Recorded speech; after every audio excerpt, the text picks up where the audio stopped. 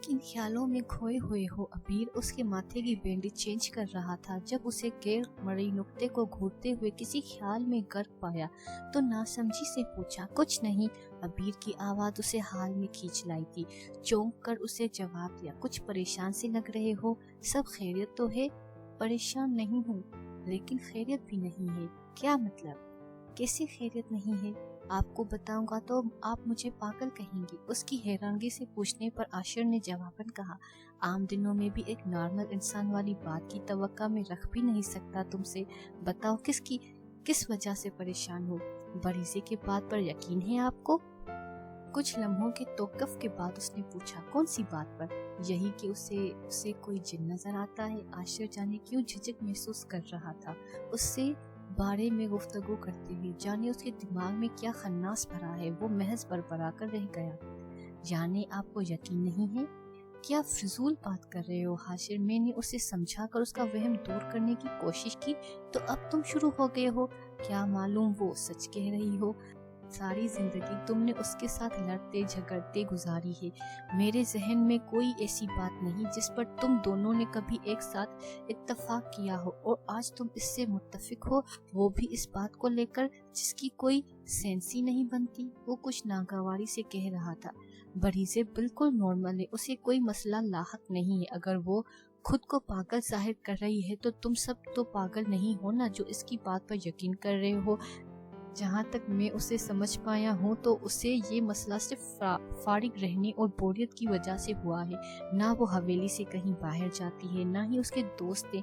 रही बात हम सब की, तो हम अपने काम और यूनिवर्सिटी में मसरूफ रहते हैं। मुश्किल से ही कभी साथ बैठकर बातचीत करने का मौका मिलता है। ऐसे में लगता है कि उसने अपनी कोई ख्याली दुनिया बना ली है। और वो जिक्र कर भी रही थी कि उसने इस तरह के कई ड्रामे और मूवीज देखे हैं। ये भी हो सकता है उसे कोई किरदार बिल्कुल अपनी तरह लगा हो, जिसके साथ भी उसी तरह का मसला हो और इसी चीज को खुद पर हावी करके वो समझ रही हो कि उसे भी कोई साया दिखाई देता है। और फिर तीसरी वजह भी है। मुस्तकिल बोलते हुए वो एक लम्हे को रुका तो आशिर सवालिया नजरों से उसे देखने लगा। Attention seeking. तुम्हें शायद याद हो कि बचपन में वो किस तरह की हरकत किया करती थी, सबकी तवज्जो अपने जानिब मबसूल करने के लिए। झूठी चोट का बहाना बनाकर रोना या फिर झूठ मूठ का बीमार पड़ जाना, बिला वजह ही खाना खाने से इनकार कर देना ताकि सब उसकी तरफ मुतवज्जा हो, इससे मोहब्बत से पेश आए, इसके आसपास रहें। आशिर ने 27 से उसके इतने कमाल तज्ज़िये को देखा था। इसके लिए तो अब तुम भी इस तरह बातें करके मेरे सर में दर्द मत करो। अबीर की अब वाकई में बस हो चुकी थी। गुज़रे दिनों से जिन्नामा सुन सुनकर वो पक चुका था। अबीर भाई, इस चीज को डिनाई भी नहीं तो किया जा सकता ना। मैं नहीं कर रहा डिनाई, लेकिन आप यकीन भी तो नहीं कर रहे। कम से कम मेरी अकल पे बात तस्लीम नहीं करती कि इस हवेली में एक जिन घूम रहा है। मैंने आपसे कहा था कि मुझे अपने एक्सीडेंट से पहले एक साया नजर आया था, लेकिन तुम इस पर श्योर नहीं थे। तुमने खुद कहा था कि वो महज तुम्हारा वहम भी हो सकता है। अबीर ने उस तरह भी उसकी याद दहानी करवानी जरूरी समझा। हाँ, मैंने कहा था, लेकिन मैंने उसे दोबारा देखा। नजरें झुकाए कहते वो खुद पर अफसोस कर रहा था कि ये बात वो अपने मुंह से कह रहा है, जो कभी इस किस्म की बात करने पर बरीज़े का मजाक बनाया करता था। आशिर, होश में तो हो ना तुम?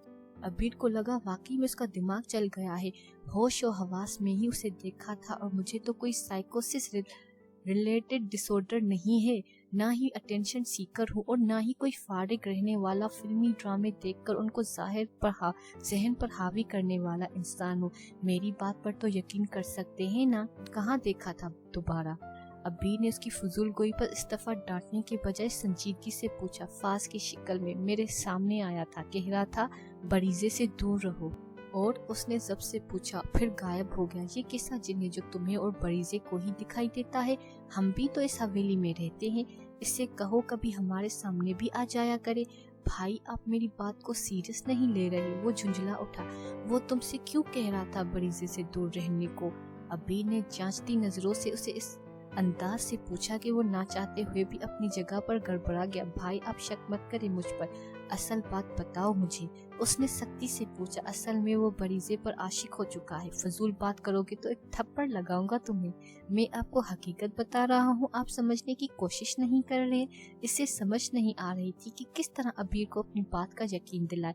तुमने ऐसा क्या किया बरीजे के साथ जो उस जिनसादी को तुम्हारे सामने जाहिर होने की जहमत करनी पड़ी? उसकी निगाहों में शक नहीं था, लेकिन फिर वो अपनी जगह शर्मिंदा हो गया। मैंने बस उसे डराया था, थोड़ा सा। डराया था?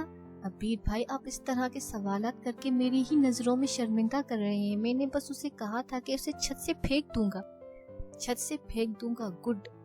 और एक्सीडेंट किस बात पर हुआ? ऐसा क्या कहा था तुमने बरीजे को उसका बदला लेने के लिए उस जिन ने तुम्हारा एक्सीडेंट करवाया? सीने पर बाजू बांधे वो जांचती परखती नजरों से उसके चेहरे के तासरात देख रहा था, जो कुछ परेशान और उलझन सदा थे। अबीर की पूछगछ पर उसका चेहरा अब सुर्खी माइल भी होने लगा था। बहस हो गई थी थोड़ी सी बात पर उसने ये हशर किया तुम्हारा? वो तंज से बोला। शायद वो कुछ ज्यादा ही पॉजिटिव हो रहा है बरीजे के लिए। बहरहाल तुम दोनों के लिए बेहतर है कि अपने खाली दिमाग को कहीं पर मसरूफ करो।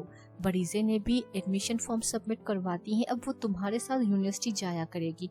मेरी यूनिवर्सिटी में एडमिशन क्यों करवाया है उसका दिमाग भग से उड़ा। हाशिर, अबीर ने महज उसका नाम लेने पर इक्तफा किया। अबीर भाई, मैं इस आफत की परकाला को अपने साथ लेकर नहीं जाऊंगा। उसका मूड पल में बिगड़ा। मत लेकर जाना, मैं पिक एंड ड्रॉप दे दिया करूंगा उसे। वो अभी कुछ कहता कि जब भी फास्ट चाय का कप पकड़े, दूसरे हाथ में फोन लिए अपने ही ध्यान में वहां आया। वो दोनों भी इस वक्त लाउंज में ही बैठे धीमी आवाज में गुफ्तगू कर रहे थे। फास्ट ने जब इन दोनों को देखा तो अबीर फर्स्ट एड बॉक्स बंद कर रहा था, जबकि हाशिर कीना तोड़ निगाहों से उसे ही घूर रहा था। अबीर भाई, समझा ले इसे, सुबह से इतनी मशकूक नजरों से घूरे जा रहा है मुझे।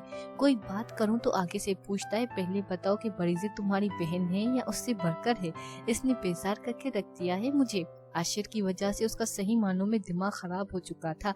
वो कह रहा है कि जिन तुम्हारी शिकल में उसके पास आया था। अबीर ने मसरूफ से अंदाज में जवाब दिया। मेरी शिकल में?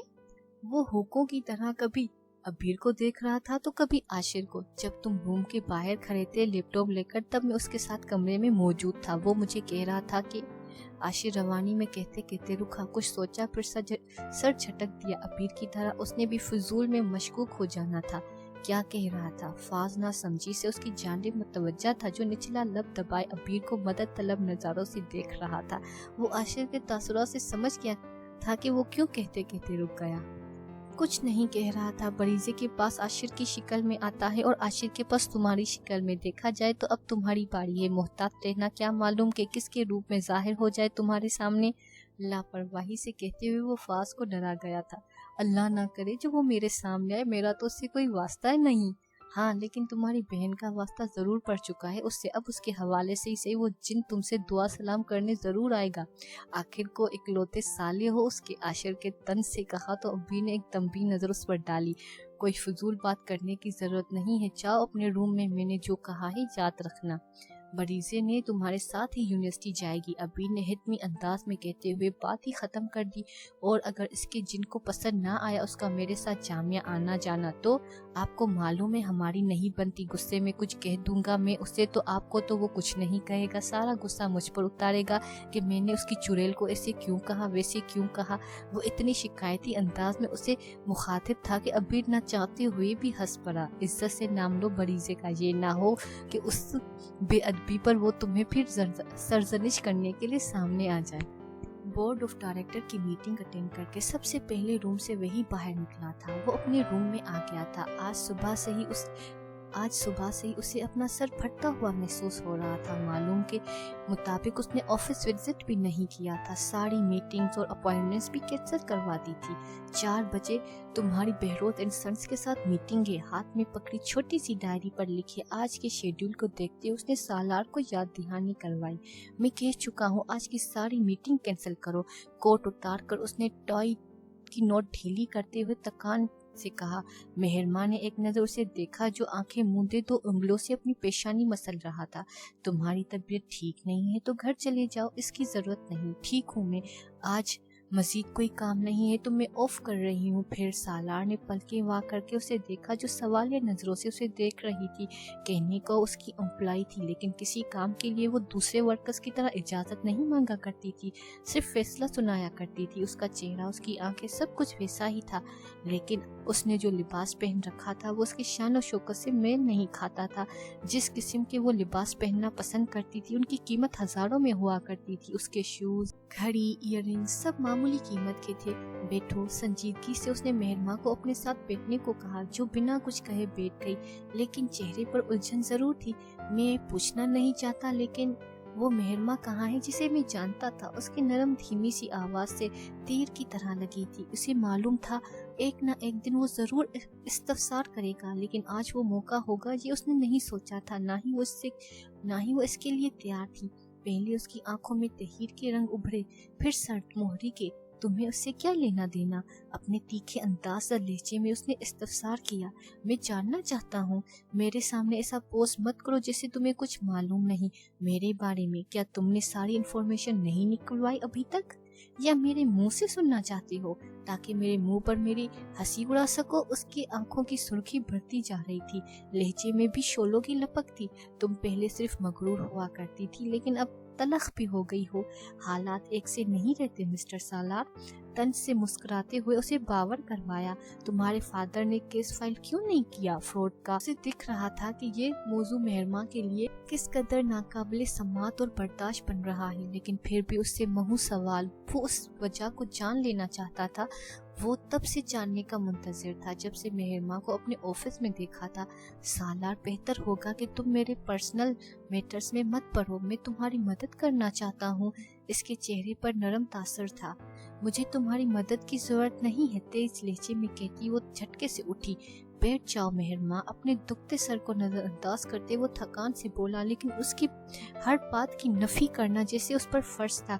अभी भी उसे कोई अहमियत दिए बिना उसके ऑफिस से निकल गई थी। दुखते सर को उसने सीट की पुश से टिका लिया था। आसमान पर बादलों के डेरे पे छुपा सूरज पल भर को अपनी झलक दिखाकर गायब हो रहा था। उसकी आंख मचोली से कुछ देर सारे में नरम सी रूह फैली रोशनी फैल जाती, जो फिर बादलों के उमड़ आने से फौरन छुप जाती। सीने पर बाजू लपेटे वो अपनी गाड़ी से टेक लगाए खड़ा यहाँ वहाँ का जायजा ले रहा था। आखिरी पेपर भी आज उनका हो गया था। वापसी पर हवेली जाने की बजाय रेशाम ने उसे एक सूफी बुजुर्ग की मजार पर चलने को कहा, तो वो उसे वहाँ ले आया, खुद अंदर नहीं गया।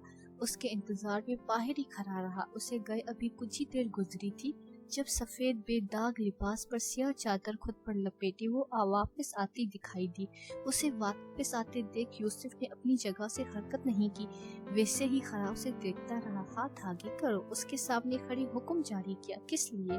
उसने आईब्रो के इशारे से पूछा। करो तो सही, वो जोर देकर बोली तो यूसुफ ने उल्टा हाथ उसके सामने कर दिया। रेशाम ने तंग कर उसे देखते उसका उल्टा हाथ नीचे करके सीधा हाथ पकड़कर अपने सामने किया। ये आप क्या कर रही हैं? वो हैरानगी से अपनी कलाई पर कोई धागा सा लपेटे हुए देखकर बोला, मन्नत का धागा है। वो अपने काम में मसरूफ सी बोली, तो फिर इसे आपको अपने हाथ पर बांधना चाहिए। उसने नाराजगी से कहा, जब मन्नत तुम्हारे लिए मानी है तो ये धागा भी तुम्हारे हाथ पर ही होना चाहिए ना। सख्ती से गांठ लगाकर उसने जल से लबड़े सियाह आंखें उठाकर उसके आंखों में झांका।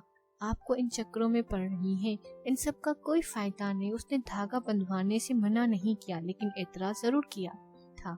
क्या तुम्हारा मुझों पर ईमान नहीं? उसने तीखे आईब्रो से देखते हुए पूछा। मुझसा? उसके लबों पर जाहिया सी मुस्कुराहट उभरी। आप कहना चाह रही हैं कि आपकी मन्नत मानेंगी तो हवेली वालों के दिल नरम पड़ जाएंगे और वो बखुशी राजी हो जाएंगे? ऐसा भी हो सकता है ना? ना उम्मीद नहीं होना चाहिए इंसान को। आ जाओ, तुम भी दुआ मांग लो। वो शायद उसे बुलाने के लिए ही वापस आई थी। बीच का फासला उसने कायम रखा था, वरना तो यूसुफ को लगा कहीं वो हाथ पकड़ ही अंदर न ले जाए। नमाज पढ़कर दुआ मांगना काफी नहीं जो आप यहाँ आई हैं, जितना हो सके उतनी दुआ मांगनी चाहिए। अल्लाह कहते हैं कि मेरे नेक बंदों के वसीले से भी दुआ मांगा करो, मैं वो भी कबूल किया करता हूँ। और ये आपसे किसने कहा? मेरी दादी जान कहा करती थी कि जब दुआ कबूल ना हो रही हो तो अल्लाह के नेक बंदों का जिक्र करके उनका वास्ता दिया करो। کہ یا اللہ تو ہمیں اپنے ان بندوں کے صدقے بخش دے، ہماری دعا قبول کر لے جو تیرے بہت پسندیدہ ہے۔ مجھے تو کسی نے اس طرح سے دعا مانگنا نہیں سکھایا۔ اس کے لہجے میں مصنوعی سا دکھ تھا۔ ویسے نیک بندوں کا واسطہ دینا کوئی ضروری ہے کیا؟ آپ کو یقین نہیں کہ آپ اللہ کی نظر میں خاص نہیں ہیں؟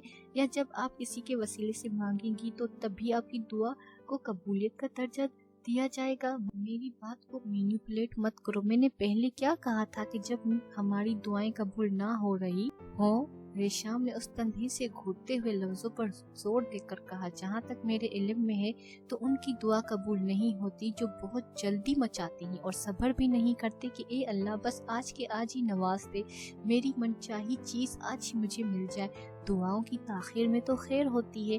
آپ اللہ پر یقین رکھیں، اللہ کو اس کی رحمت کا واسطہ دیں کہ وہ ذات بے نیاز ہے، مجھ پر بھی کرم ضرور ہوگا۔ اصل چیز صرف مائنڈ سیٹ ہوتا ہے، وہ رسان سے اسے سمجھا رہا تھا اور ریشام ایک ٹک اس کی شکل دیکھ رہی تھی۔ اسے تو منہ نہ کھولنے کی قسم کھائے رکھتا تھا، یا جب بولتا تھا تو چند ایسے ایک الفاظ میں ہی بات ختم کر دیتا تھا، لیکن جہاں بات ریشام کو لیکچر دینے کی ہوتی تھی تو وہ تب اپنے لفظوں کی گنتی ہی بھول جایا کرتا تھا۔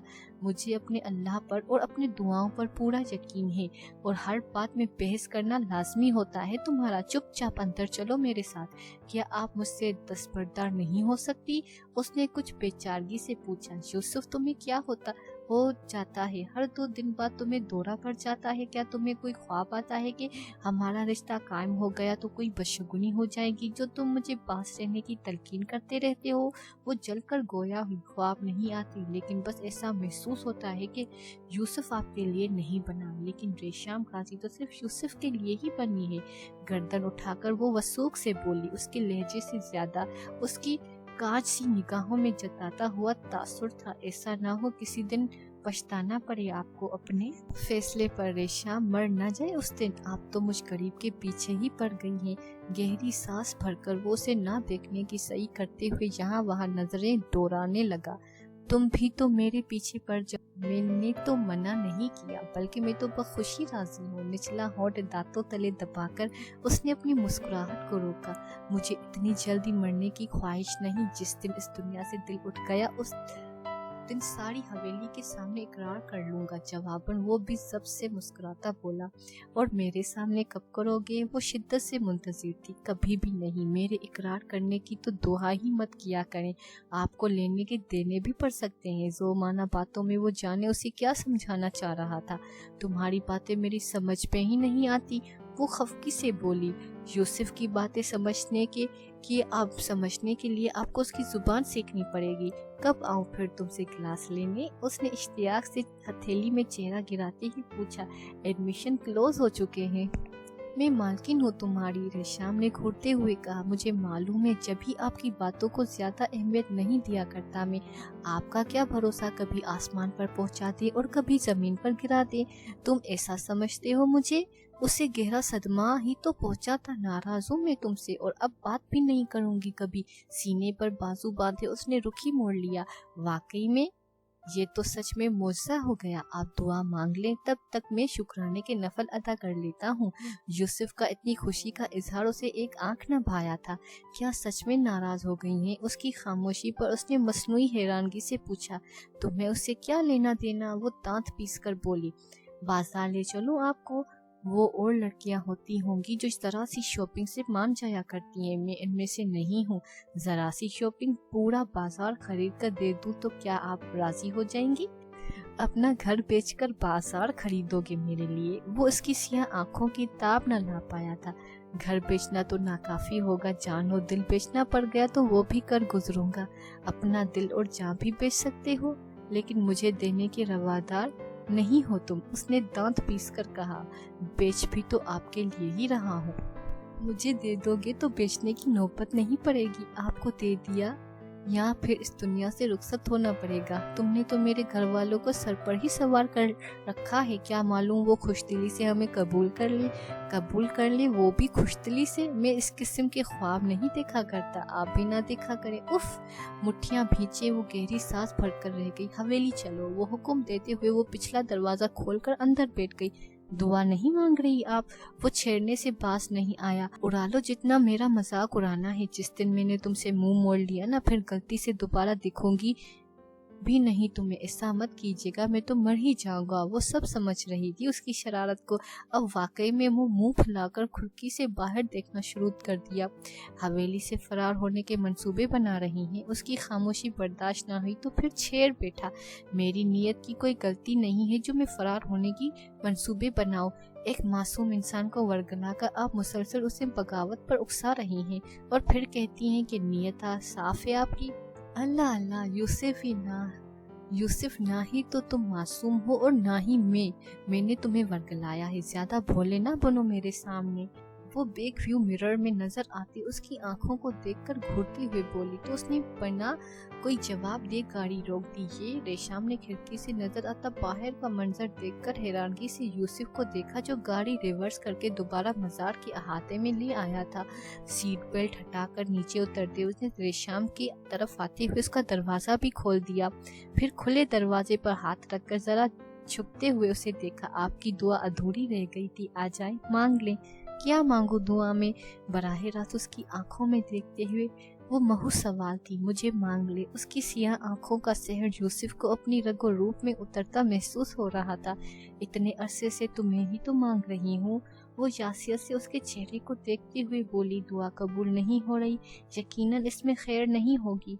रेशम ने जवाब में कुछ नहीं कहा, चुपचाप गाड़ी से उतर गई।